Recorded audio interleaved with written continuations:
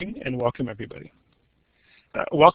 This is Doug McCall from the International School Health Network. I'm pleased to be starting up this webinar, which is a little late due to some technical difficulties, but we have our speakers online and we're able to proceed. Looking forward to this presentation, which is looking at the integration of 3 or 4 elements of responding to incidents of substance use in schools, but putting it into a broader perspective of one of the alternatives in dealing with that situation is to suspend or to use alternatives to suspension for students, and then working to a more global scale, looking at the implications of restorative justice, and then and looking at how the law enforcement sector, the education sector, and the health sector, and the addiction sector can work together to be able to respond to the needs of these troubled students. And so that's the purpose of this session today. I'm pleased to be welcoming our 3 speakers, and we're going to begin with Ted Wachtel, who is the president of the International Center for Restorative Justice, and he'll be providing an overview for us. We're then going to go to Richard Darrable from the Nova Scotia government, out of the Halifax School Board, who is working on a restorative justice program in that province, and will provide a context for how a variety of programs, I'm sure, as well as the alternatives to suspension program, are used to respond to the needs of these students. And then we're going to look at Rob Ray from Surrey School District, who is Assistant Director of the Safe Schools program there, who will be looking at one aspect, which is the alternatives to suspension. And I'll put these links up as we move forward in the presentation. As you know, we do try to provide sort of Wikipedia-style summaries of these topics as we move forward, and so we have prepared some of those, and I would very much appreciate if people can go and take a look at those and edit them. They're just about, one of them, the 2 that are in glossary term format are just about a paragraph or 2 long, and then we have a little bit longer summary of about a page looking at alternatives to suspension more generally. And I'm hoping that participants in this international discussion group will be able to take the time to look those over, add comments, or even open up the document and edit it online, which would be great. This series of webinars is part of a Health Canada funded project that we're doing with the Council on Drug Abuse in Canada, and I see that Seth Flesher who works with the Council on Drug Abuse is online as well. Welcome, Seth, and look forward to our participation. Again, my apologies for being technically late due to technical reasons, and looking forward to the session. Ted, if you could start us out, that would be great. Can you hear me now? Yes, very clearly. That's great. Oh, sorry. Yes, my name is Ted Wachtel. I'm the president and founder of the International Institute for Restorative Practices. And while this is a session about restorative justice, many of us have some variations of vocabulary. I know in Nova Scotia the term restorative approaches is favored. And I'd like to make just that distinction for our purposes. It's not just a preference to call it restorative practices over restorative justice, but rather we see restorative practices as including restorative justice, and define restorative justice as a way to respond to crime and other kinds of wrongdoing, and to deal with it after the fact in an effective way that allows people to deal with the issues, their feelings, to help be part of the resolution, to restore relationships and repair harm. But it's all in a response to in restorative justice. Restorative practices includes restorative justice, but we like to include the concept of prevention, proactive, and obviously that's a critical issue to student health, as well as merely responding to wrongdoing. The context, I guess, that I'd like to set for the discussion in schools relies, I think, on the whole question of what are we going to do that's different than the punishment modality that's become so commonplace in schools, certainly throughout North America. Um, the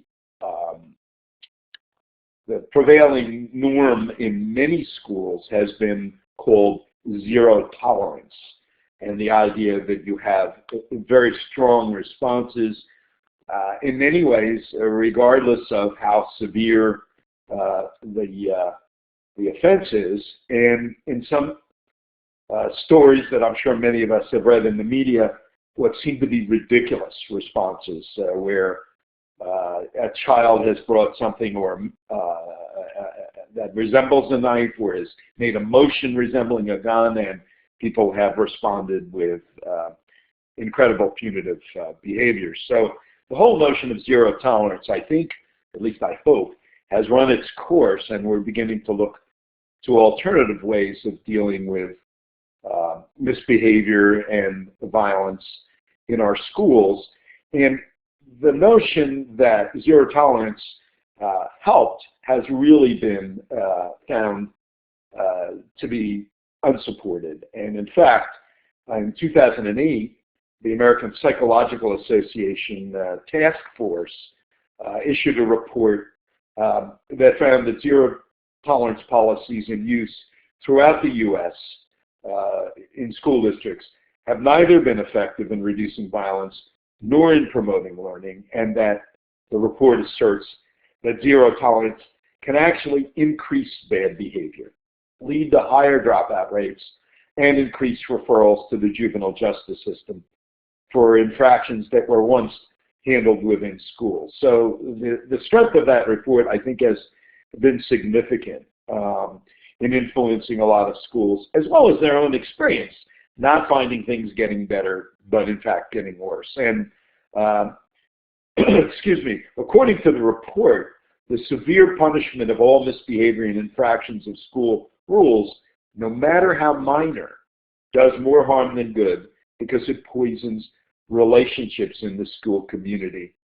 And I think that this whole notion of relationships that, directly ties into the notion of restorative justice, which is very concerned about restoring relationships as well as repairing the harm that's occurred. And there is a very interesting study that I think coincides with the American Psychological Association's report.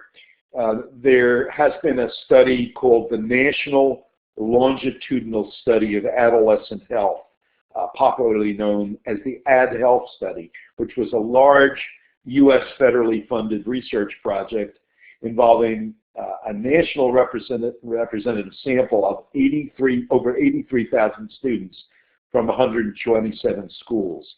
So a very substantial and comprehensive study. And some of the results of that study were interpreted by various researchers. The most significant one that I have relied on is one that appeared in the Journal of School Health. McNeely, Nonamaker, and Bloom, who analyzed the data from the study and basically found that where the school environment promotes connectedness, there are significant positive outcomes among students, such as less violence, less drug and alcohol use, and less teen pregnancy. So the AdHealth study found that the need to feel that one belongs to and is cared for at school is one of the most crucial requirements for student health and well-being. And on the other hand, harsh discipline policies undermine school connectedness and create animosity and fear among youth and adults. So both of these two very substantial and credible efforts, the American Psychological Association Task Force study on zero tolerance and this long-standing longitudinal study, suggests that we were on the wrong path with zero tolerance and we're on the right path when we embrace restorative justice and restorative practices, which are about enhancing relationships between the adults and young people in the school and between the young people themselves. So our approach to restorative practices as a a graduate school and as a worldwide training and consulting organization with licensees and affiliates in many places, has been consistent in all the locales where we're working. Whilst I know that the U.S. may have been one of the leaders in zero tolerance, and I'm not sure that I'm knowledgeable enough to assess the degree in Canada, but for my Canadian friends, it certainly seems to have been nearly as substantially adopted as in the U.S. It's also been a prevailing norm in many other countries, not necessarily by the name zero tolerance, but certainly the punitive approach to responding to students has been a prevailing norm in many places. And the results that we're seeing with restorative practices and its use as both prevention and in its restorative justice modality as a response to misbehavior and negative incidents and conflicts has been pretty dramatic. We have not yet had the opportunity to do a randomized study of schools, which of course is the highest level of research, but the idea of engaging students in circles, of encouraging teachers to use affective statements in responding to students, to do spontaneous small restorative conferences, on up to the widespread use of proactive and reactive circles and the use of victim offender mediation and school conferences, have produced results that are consistently showing a decline in negative incidents and behaviors. We have a particular research reporting outcomes in a booklet called Improving School Climate. If anybody's interested, you can download it from our safersanerschools.org website.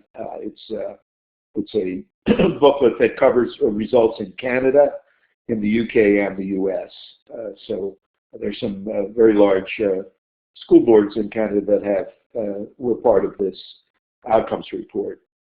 I'm not sure of what my timing is here today. I think I have another minute or so. Is that correct? Yes, that's fine. We'll you have a couple of minutes. Finish up as you wish. Okay, so basically our restorative approaches or restorative practices approach has involved educating and training teachers, secretaries, of course administrators, even bus drivers, where we're able to work with the non-professional staff in schools, because all of them are interacting with children and all of them should be on board with a different way of responding. And these kinds of modalities of restorative practices, of seeking a conflict resolution approach where people have an opportunity to have a say, to experience the impact of one another.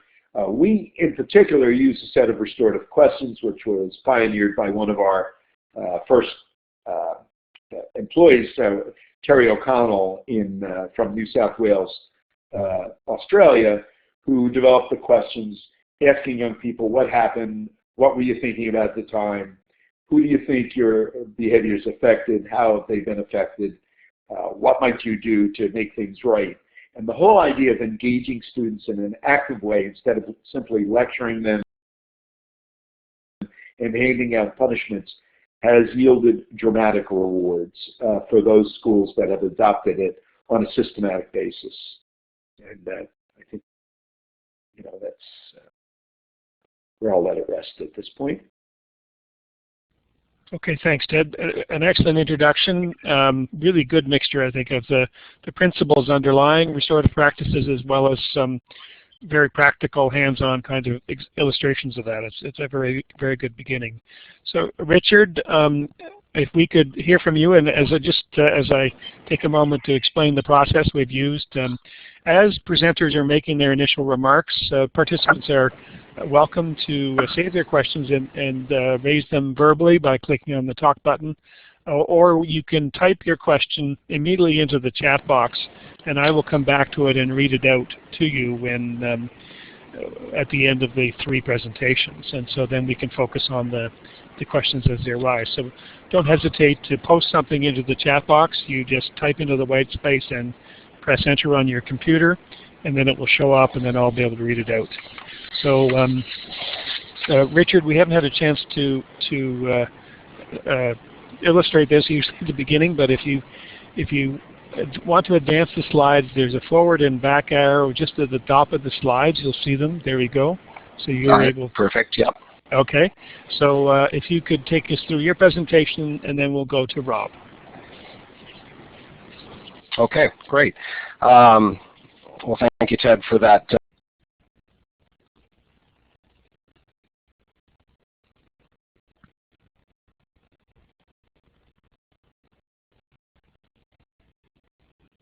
Rob, Richard, I've lost your sound. I don't know if I'm just looking to see if. Yeah, I don't hear him as well. Okay, no, let's see. Okay, we're not. Richard, if you can hear me, you're not. Your microphone seems to be delayed. Your audio is delayed. That's what the system is telling me. So we'll give it a moment, and I'm not sure that's probably a flow of data. Sometimes there are problems of data flow within the internet, and we'll just give that a moment to see if we can catch up on Richard's audio there. Richard has rejoined us, so that was probably the problem. Richard, if you could click on your talk button and see. What did you last hear me say? I think starting at the beginning would be good. So starting at the beginning? Okay, good enough. So I was just commenting on Ted's, I'm just going to connect with some of Ted's comments near the end there around connectedness, and another term, we're using similar language here. We're talking about school attachment in Nova Scotia. And we know that the most protective factor for our youth is that they're in school in terms of the topic of the day today, which is substance abuse or criminality, rubbing up against the youth justice system or what have you. And so we know that school attachment matters, and we also know that a restorative approach enhances school attachment for our youth. And Ted also alluded to, variance in language across, different regions, and we are paying attention to the language that we're using in Nova Scotia around a restorative approach. And so as Ted said, you'll hear restorative practices, restorative approach, or even restorative approaches, because there has been some confusion in this area. We have a decade-old restorative justice for youth program in Nova Scotia, a very successful model. It's an alternative measure, and it's an alternative to the justice system. And there's confusion around, are we doing restorative justice in schools, or are we taking restorative practices to school? And what we've decided to, at least for the time being, we're talking about a restorative approach as a generalized concept in terms of how we work with youth in our schools. And so what I'm going to be talking a little bit about today is exactly how we're approaching this here in Nova Scotia, what exactly we're trying to do in terms of this approach.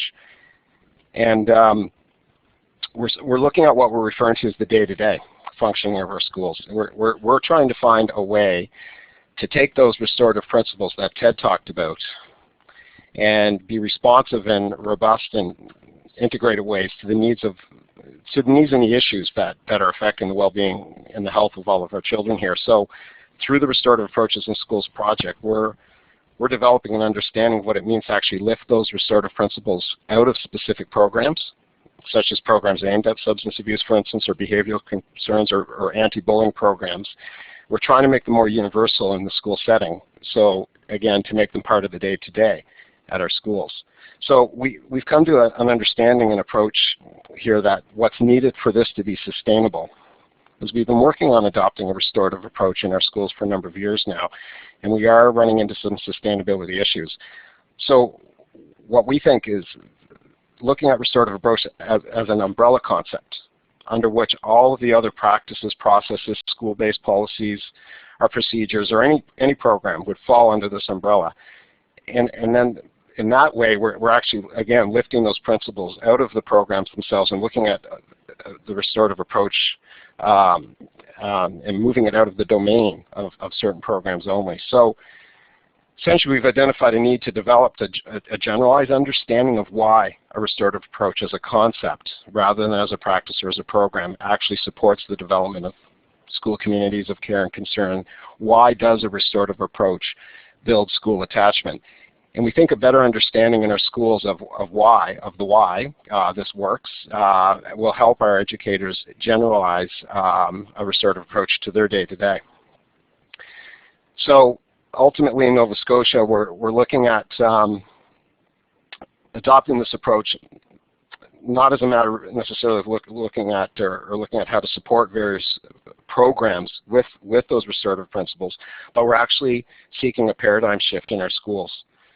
And we're going to base this paradigm shift largely on the work of that restorative justice program that I referred to. We have a ready-made infrastructure poised to support our schools through our restorative justice agencies in this province. We're also looking at the work of a local relational theorist, Jennifer Llewellyn from Dal's Schulich School of Law, who is a partner in the project with us. And so my implementation example today is it's not necessarily going to look like program implementation, but actually it's going to provide a look at how we're using actually a restorative approach, based on the principles of relational theory, to actually develop this approach in the province. So we've recognize that if we're going to roll out a restorative approach, or if we're going to ask schools to adopt it, how we actually go about the work of adopting that approach needs to align with the restorative or relational principles. An example in one of our schools here, it's a high school. We had one of our nurses at one of our local high schools reported that she saw a significant drop in the number of students that she was seeing for anxiety when the school began to make relationships, connection, attachment, belonging as a central concern of terms, in terms of the way that the staff approached their work in the building. And so testimonials like this one ultimately reinforced for us that adopting that approach wasn't simply a set of, or a new program, or, as I said, an anti-anxiety program in this case, for instance. It was more not something that we would just use to employ in response to a particular issue, but rather a belief system that could ultimately support any number of programs over the years. We've run into a problem here in Nova Scotia. I guess you could use PEBS as an example of positive effective behavior supports, or PBIS.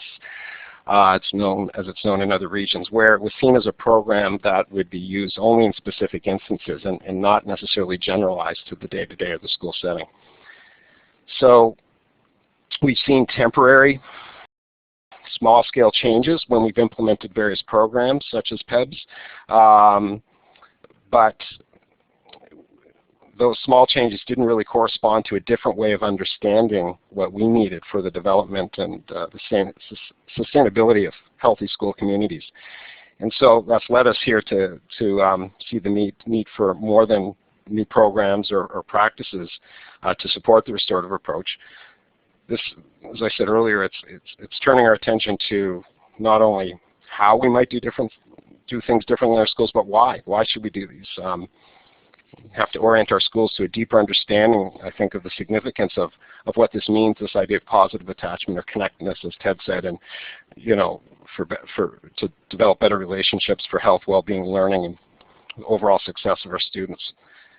So we've had some good examples of individual school success within the province, and so now the province is looking at supporting the development of a restorative approach in our schools by building knowledge capacity within the province, within school boards, within schools themselves, that can support sustainable, obviously we're looking for lasting development and the use of a restorative approach within our schools communities. So we're actually rooting our current project in local knowledge and experience, again, in our restorative justice communities, and the relational work that's being done here in the province, the work on relational theory.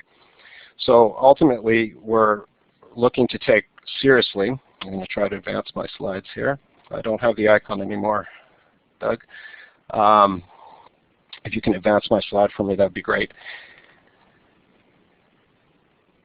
So we're attempting to look at these principles of a restorative approach as ultimately grounded in context, in an inclusive and a participatory process that's relational in its orientation and operation.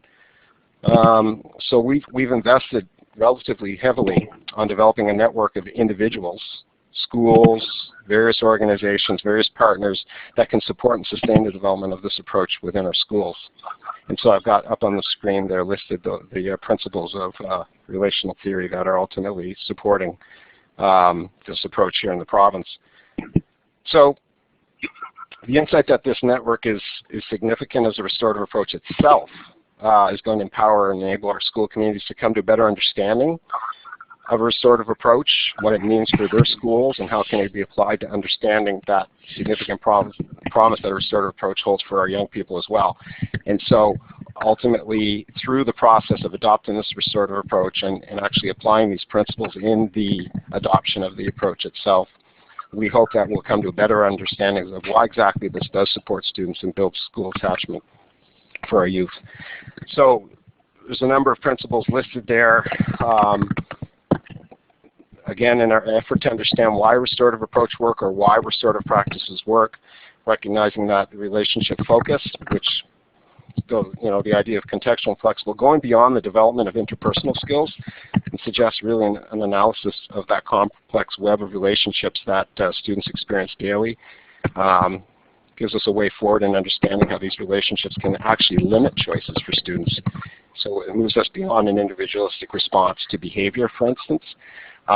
Bullying situations helps us think a little bit more, again, about what is preventing students from making the choices that likely they're aware would be better ones, but simply don't have those as a repertoire available to them. The idea of subsidiarity, which means simply making decisions as much as possible involving those affected by the decisions. And so the circle practices, for instance, that Ted referred to would be an example of a practice that would support subsidiarity, but we're also looking at how exactly are we interacting with our parent guardian population, how do we interact with outside agencies so that we are actually living this relational principle around involving those affected by the decisions in an authentic way. Ultimately, it's a recognition that the details of the lives of who we're involving in these conversations should absolutely make a difference. The concept of inclusiveness, this again challenges us to think about meaningful inclusion. The question becomes why would we include somebody in a conversation or in the development of a program or a practice if it didn't make any difference? So it's moving us away from the, I guess for lack of a better term, window dressing of inviting people to a table to have a conversation when decisions have already sort of been thought out or decided ahead of time. So when we talk about using the term inclusive, it's more than you being in the room or that you were asked to come in the room or you were even asked what you thought about something. It ultimately needs to be the case that you being there could make a difference to the outcome. So this is the connection to subsidiarity. Participatory processes, very familiar concept, reflecting values of respect, concern for others, and dignity, and working in an authentic way to make sure that those who need to be there are there, part of a conversation. And then the idea of comprehensive and holistic attitudes, which essentially gives us a sense that the process of responding to harm, for instance, or the process of building attachment becomes the vehicle through which all the voices can be heard in order to give some meaning to the way forward. So again, I just want to link back to Ted's comments earlier as a way of highlighting what I'm trying to say here. We are attempting to uncover and analyze and think about why a restorative approach works, and these principles that I've described are our sense of exactly what it means when we say that restorative approaches build school attachment. And so we're looking in Nova Scotia to apply these principles more broadly in the day-to-day within all aspects of the school context. We hope to achieve that by demonstrating that our policies and our guidelines, as they're written now, typically contain very restorative language, or at least align with relational principles. So we're setting out to show our schools that a restorative approach can ultimately animate our policies and guidelines, but we need to think about what that looks like on the day-to-day. So the slide that you're looking at now suggests that our policies and guidelines guide or should inform our school-based practices and ultimately support students. So pointing out to our staff in our schools that are essentially taking a relational analysis of our policies and guidelines should lead to better school-based practices that will build school attachment for our youth. This is an example from our provincial code of conduct. And in the bolded letters in parentheses, the bolded words in parentheses, those are some of the restorative principles next to the language that exists in that policy already. So this is an opportunity that I use this as an opportunity to point out to our administrators that our policies at the provincial level and often at our school board levels are well aligned with relational principles. This is the framework that we're working with, where we have developed a restorative approach network in the province that currently has approximately 150 restorative practitioners who are involved in supporting the work. We've developed a set of learning teams, which I'll describe in a few minutes. And then on the left side of that chart, we are offering core capacity building opportunities for practitioners to come together and think about how the relational principles can be applied to their day-to-day.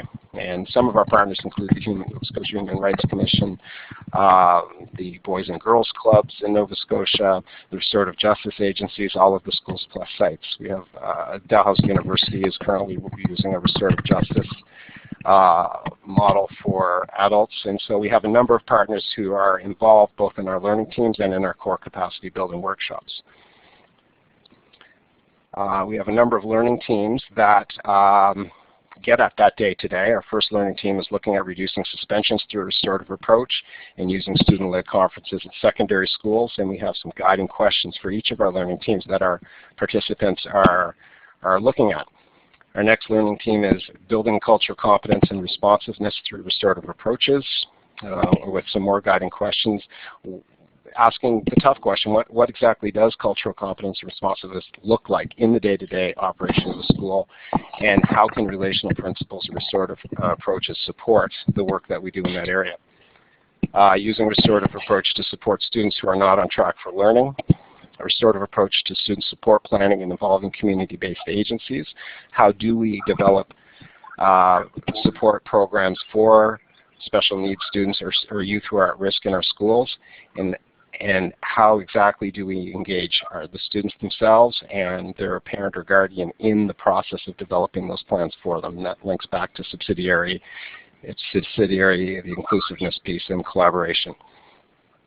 Before circles, laying the groundwork for restorative classroom and restorative approach, and PEBs, aligning the philosophy. So what kind of work do we need to do in a classroom before we demonstrate some of the practices that we're familiar with around a restorative approach? Restorative approach practices in an elementary setting. In Nova Scotia, we implemented restorative approaches in our secondary schools first, and so we're looking at what does it look like in our elementary schools. We have some success stories, and we have some schools that are struggling, and so we're trying to think about what are some of the lessons learned and some of the emerging realities. And finally, we're asking the question, how can a relational approach, how can a restorative approach support issues around bullying?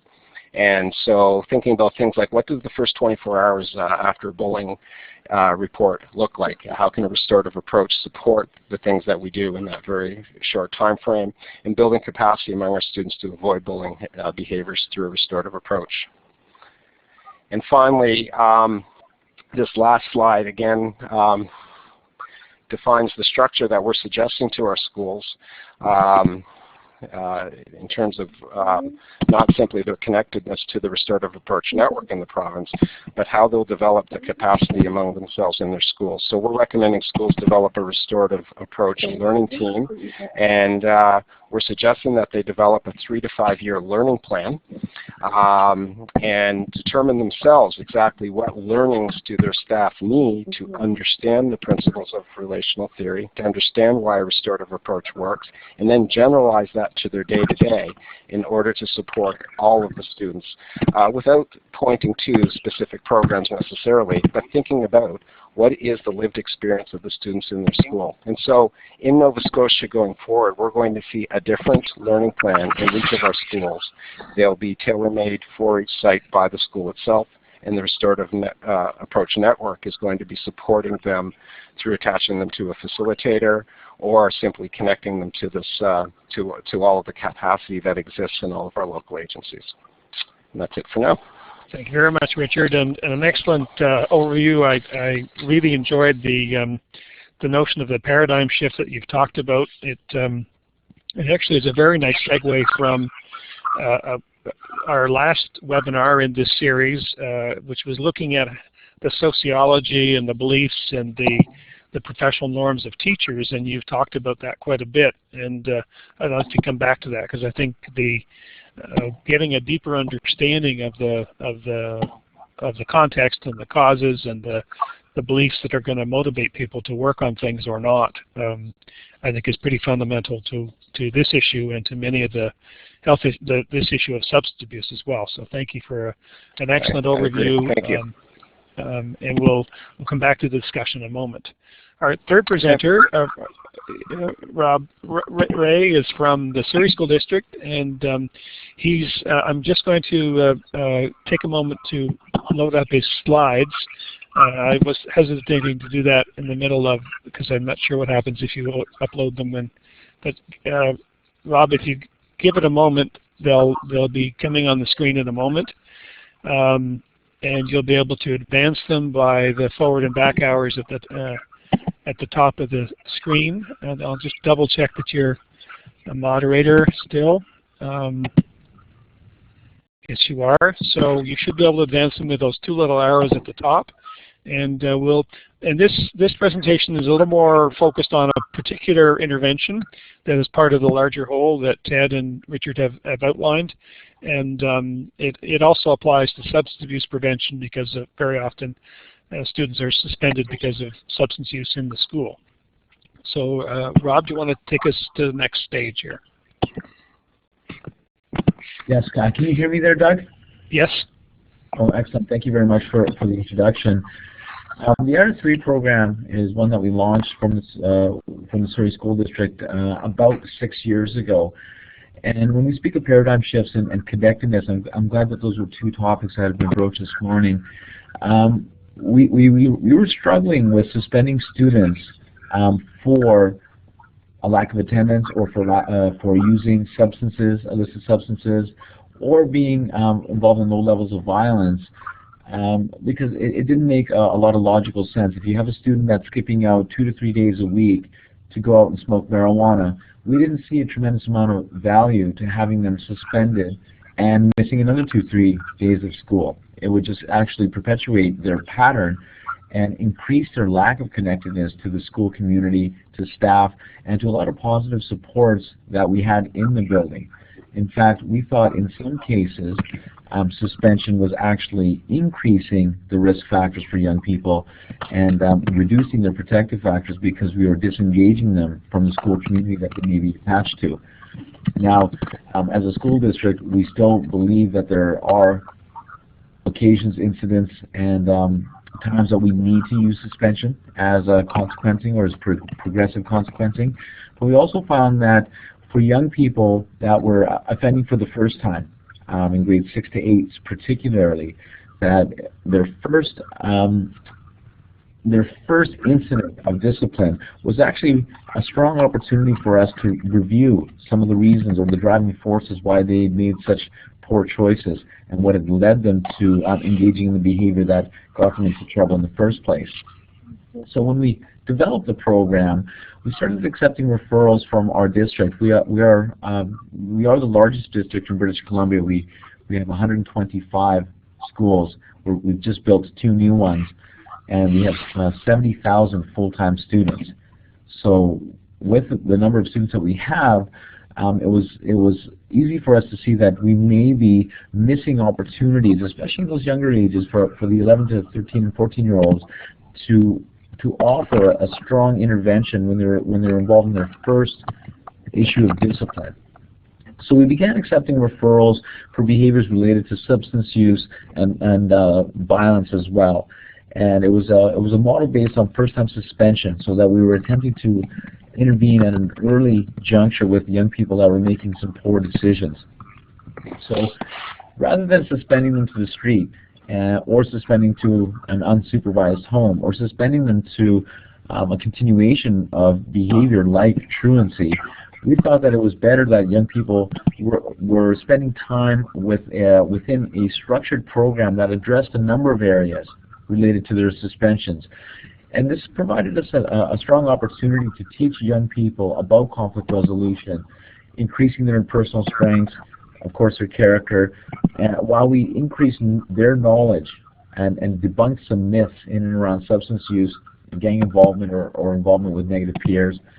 And also one of the biggest challenges that we have now as a school district certainly is the use of social media and the irresponsible use of social media, and how that's impacting this bullying behavior. For those of you that know that bullying is up front, especially in schools across the country, but we also had the tragic death of Amanda Todd this year, and that in addition to a number of incidents across the country really brought bullying to the forefront of societal consciousness, I believe.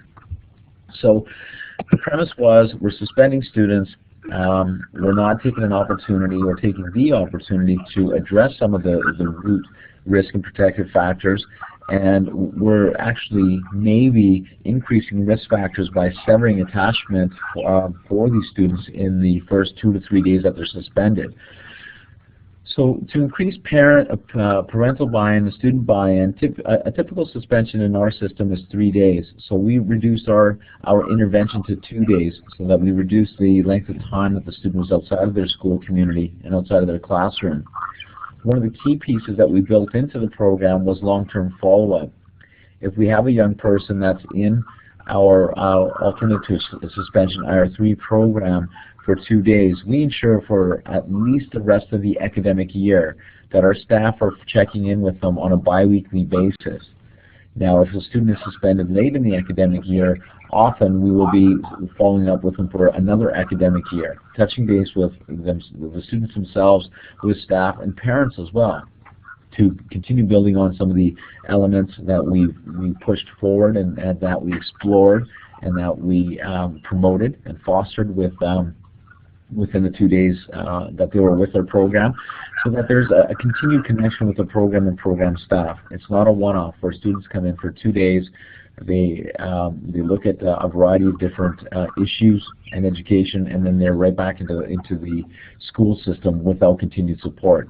We find that the ongoing one-to-one support does build connection to our staff and allows for continued support for the remainder of the academic year at the very least. It's a nice opportunity for students to reflect and reconsider some of their behaviors, and it's also an opportunity for us to engage the family and look for outside community supports as required. We're not running this program on our own. In fact, a litany of community speakers come in and speak to young people based on some of the behaviors and the referrals. So if we have a group of 3 or 4 young males that were suspended for mimicking gang-like behavior, negative peer behavior, we'll actually ask the Gang Task Force of British Columbia to come in and speak to some of the realities of gang life. We'll also bring in local speakers and experiential speakers as well that have had a long history with substance use and how that impacted their life as well. And of course, this is all done in partnership with parents as well. And we don't stop the education just within the IR3 program. In fact, we hold educational evenings and sessions for the parents of children that have been referred to IR3. So we will follow up with some evenings as well, so that we can provide the same education that we offer to their children to the parents as well. These are just some of the stats from the interim evaluation that we had in the program, some of the quotes that we received from administrators and parents. And the parents obviously appreciated that their child was not suspended, and that they had an opportunity to reflect on some of the poor decisions that they made. And of course, principals think that it's an opportunity for us to provide intervention for students and not have them suspended to the streets or to an unsupervised school setting. These are some of the statistics that we received from our independent evaluation, and you can see that the students actually appreciated the program as well. They found it helpful. They appreciated attaching with some of these speakers that were brought in from the outside, firefighters and police alike. And you can see that 92% of the students felt that the program was better than outright suspension. And for us, that was exciting because it meant that students were agreeing that this alternative to suspension was better than sitting at home unsupervised or not doing anything.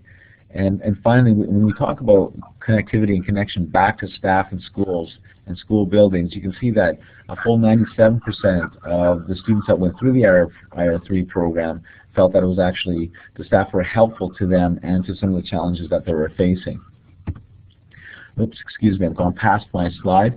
I'll leave it there as well, and Doug, and I'll mention that unfortunately I've been called into a 9 o'clock meeting, so I hope that I've offered enough information on this program, and if there are any questions, I'm still available until 9 o'clock.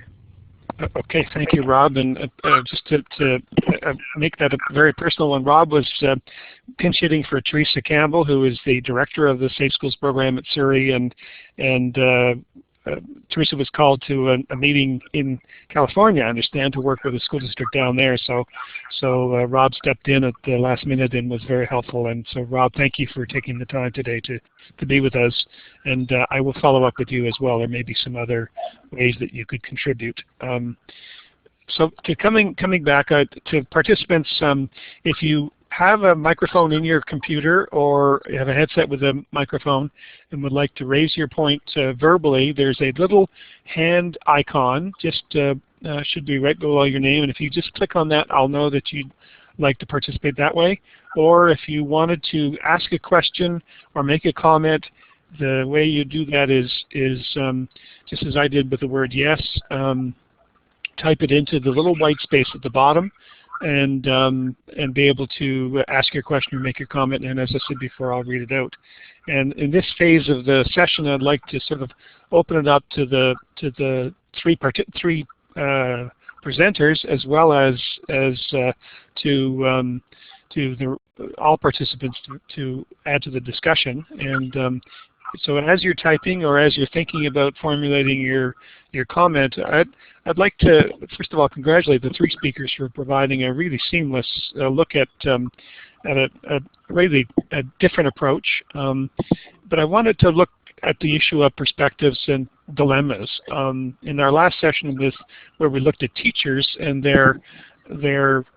looked at the sociology and their norms and their taboos, and it goes to the paradigm shift that Richard was talking about. There is a strong force within school systems to make sure that the learning environment is orderly, and if students are not fitting in, there's a real pressure to find a way of dealing with them that does not interfere with the learning of others. And so that's one of the sort of dilemmas that and I was noting as we prepared the three summaries for the Wikipedia style summaries, there was a really good dichotomy in one of the documents we extracted some stuff from about the benefits for suspending students versus the benefits for alternatives to suspending. And of course the benefits to suspending students was all about the other students, and so whereas the benefits to alternatives was accrued to the students who are experiencing difficulties. So those are some of the dilemmas and differences in perspectives that I'd like the three speakers to address in terms of making comment.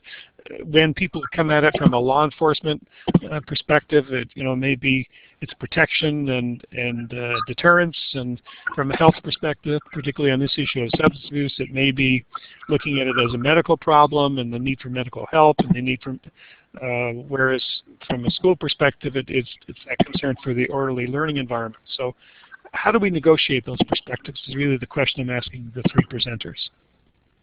This is. Can I? Oh, go ahead. Go ahead, Ted. No, that's fine.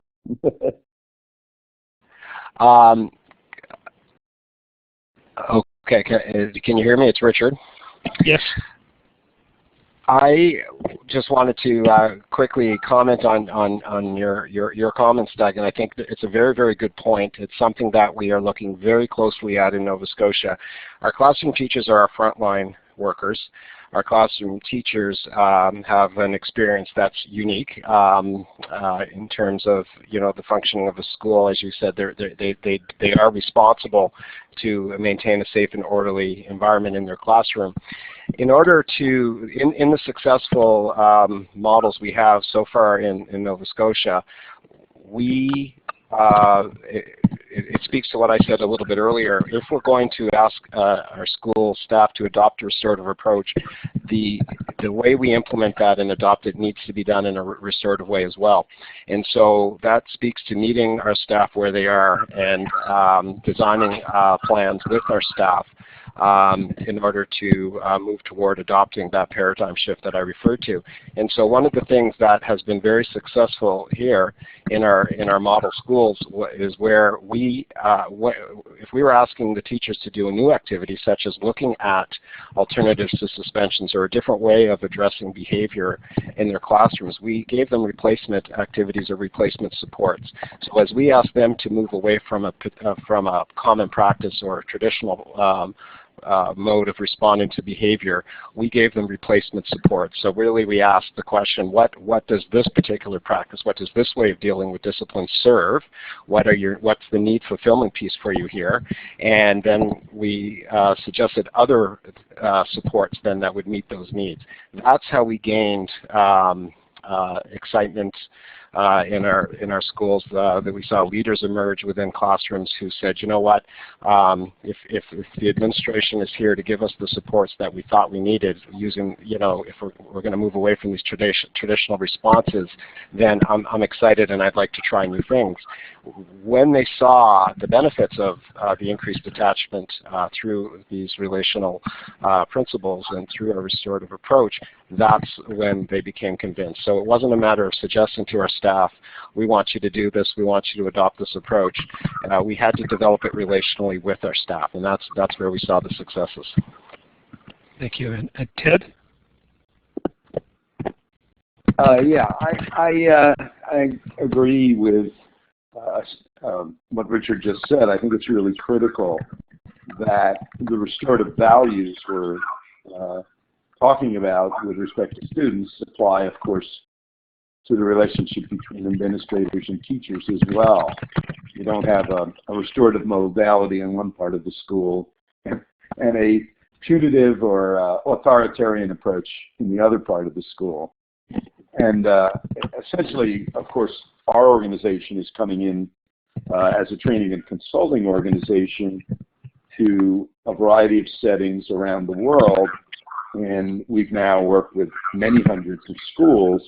And one of the key constructs that we share, first of all, perhaps some listeners may be familiar with the IIRP and or its so-called social discipline window, which talks about a balance between firm and fair, between pressure and support.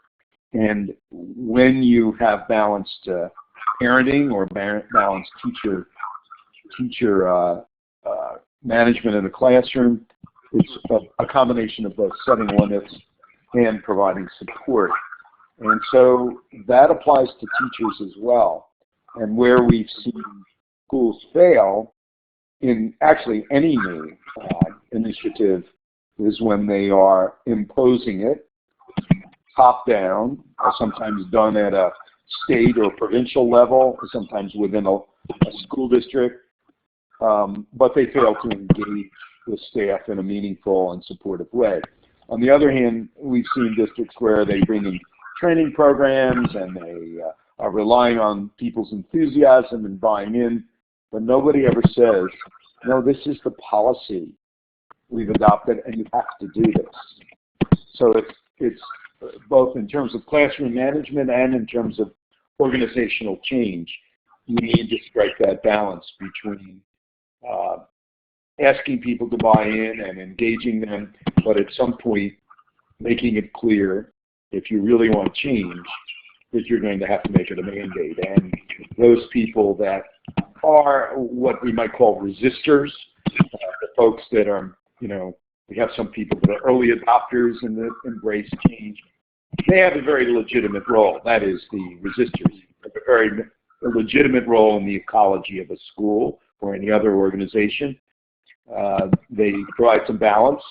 Flaky early adopters like me, I often jump at things, but it's nice to have people who are willing to challenge appropriately and to really make us make a case for why we want to change. But at the same time, when things are demonstrated to be beneficial, when the management of an organization has moved things along and given people lots of opportunities to share their concerns, to try to address their concerns, at some point there's a responsibility to say, this is the way we're going. And we've seen that in schools where there are people that choose to leave the school, but they were, in some cases, terrible detractors and very destructive in implementation. So, we've had a range of experience, and I think there's a really nice model from Harvard Business Review about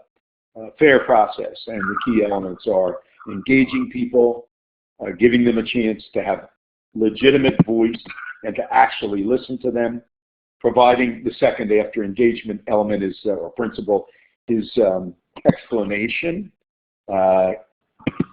in a sense telling people why you've made the decision you have, take into account what they said, and they know when you give an explanation that deals with that, people know at least they were heard. And then expectation clarity is the third, where you really make clear what you expect. And the key to legitimatizing the engagement process is when people hear in the explanation that even though you didn't adopt what they wanted or what they were urging, you actually heard them. And it's really a critical part of the whole implementation process. So I was interested to hear Richard's approach is very concurrent. Thank you, Ted. And I see, Carrie, you have your microphone on. Did you want to add a comment? Carrie Knightley? Okay, or maybe not. If you sorry, click, no, go ahead. So sorry, I didn't realize it was on. Okay, well, it's good to hear another voice. So if you have a question or comment, or anybody else on the list, just please click on the talk button. And once you finish making your comment, if you click it off, kind of like a walkie-talkie, then the sound quality is best when there's only one or two people using the mic at the same time. So if, again, encourage people to post a question, and I just wanted to follow up on that and take on the comment about implementation and negotiation of perspectives and teachers. It's not always the teachers who need to be asked to think their positions. I worked, our healthy schools approach, tobacco use is another issue, and of course the advocates for tobacco policies and prevention were successful in implementing stronger no smoking policies in schools, and we're rightly in many respects pushing to make sure that the students who were smoking were followed up, and there was, violations of that policy should be acted upon, and the policy should be enforced and so on. But sometimes those students who are smoking are also the students who are on the edge of trouble or in trouble. That's the kind of kids actually I used to teach many, many years ago. And so it's not always black and white for others too. There needs to be adjustments in how we're approaching issues by the health folks, be it tobacco or the other systems. It can't always be just the educators rethinking their approach. It has to be all of us rethinking our approach. And in fact, that's one of the areas that another discussion group we have going on worldwide is looking at how health and social systems and law enforcement systems need to integrate more effectively within the education system, and really understanding the preoccupations of the education system, and then maybe rethinking some of their ideas so that they're not coming at it with a perspective that is not really sustainable in the school context. So it's not only teachers. So other comments, other questions before we finish up? We're running about 10 minutes past the hour, although we did start a little late. Further thoughts from Richard or Ted before we start to move towards closing off the session? I'll just make a last comment, and then Doug, I'm going to have to close off. You're part of the Restorative Approaches in Schools project and the development of this Restorative Approach network is getting at exactly what you just described. And we have a number of partners that are not educators. As I mentioned, Boys and Girls Club, we have Capital Health here in the province involved, Nova Scotia Human Rights Commission, the restorative justice agencies, and we recognize that in order to support those very youth that you were talking about, the student outside the building smoking and thinking about let's peel back the layers here and think about what are the variety of supports that a child might need that we don't necessarily have access to in the school. We're already seeing early successes with this network, and developing a common understanding of a restorative approach across all of these agencies has been, as I said, shown early signs of success, and we're really excited about this more broad-based approach, or this interagency, intergovernmental approach that we're taking here. Great. Thanks, Richard. Ted?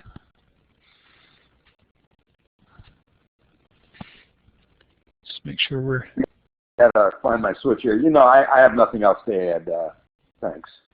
Okay. Well, just to follow up and to thank our speakers, but also to look forward to this ongoing series of webinars on substance abuse prevention. We're really pleased to note, once again, between the invitation and the session, we had more people join this list of international discussion group. We now have 133 people following this conversation. Not everybody was online, not everybody is able to get online, but we are confident that people are following up with the recordings. We're now following, we note that following these presentations, as soon as we send out the link to the recording, that there's a lot of hits going in and looking at the slides and hearing the presentations.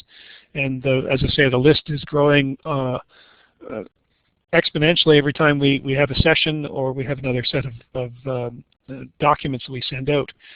That international discussion group includes the UN Office on Drugs and Crime. They were part of one of the sessions earlier, and we're very interested in having a discussion with perhaps Ted and Richard and others from the safe school sector.